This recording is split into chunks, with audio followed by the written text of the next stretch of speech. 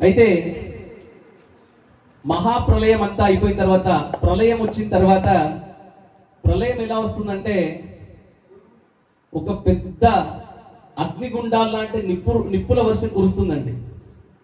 చాలా రోజులు ఆ అగ్నిగుండం లాంటి నిప్పుల వర్షం కురిసి కురిసి కురిసి భూమి అంతా కూడా ఒక నిప్పు గనిలాగా మారిపోతుంది అనమాట.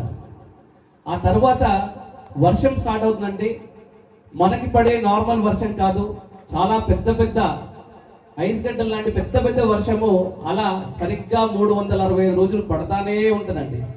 పడి పడి పడి పడి పడి సూర్యచంద్రులు కూడా రారు. మొత్తం భూమి మొత్తం కూడా కంప్లీట్ గా నీళ్ళల్లో ఉండిపోతుందండి. ఈ భూమి కంప్లీట్ గా ప్రళయంలో ఉన్నప్పుడు, ఈ ప్రళయంలో వాటర్ లో తిరుగుతున్న ఒక వ్యక్తి ఉంటాడు, చిరంజీవి. ఆయన పేరు మార్కండేయ మహర్షి. ప్రళయం అంతా అయిపోయిన తర్వాత ఏమీ కనిపించదు. ఆ నీళ్ళలోంచి చక్కగా ఒక ఒడ్డు దగ్గరకు వస్తాడు. ఏమీ ఉండదండి, సూర్యచంద్రులు కూడా ఉండరు. అలాంటి సమయంలో ఆయనకి ఒక మర్రి చెట్టు కనిపిస్తుంది.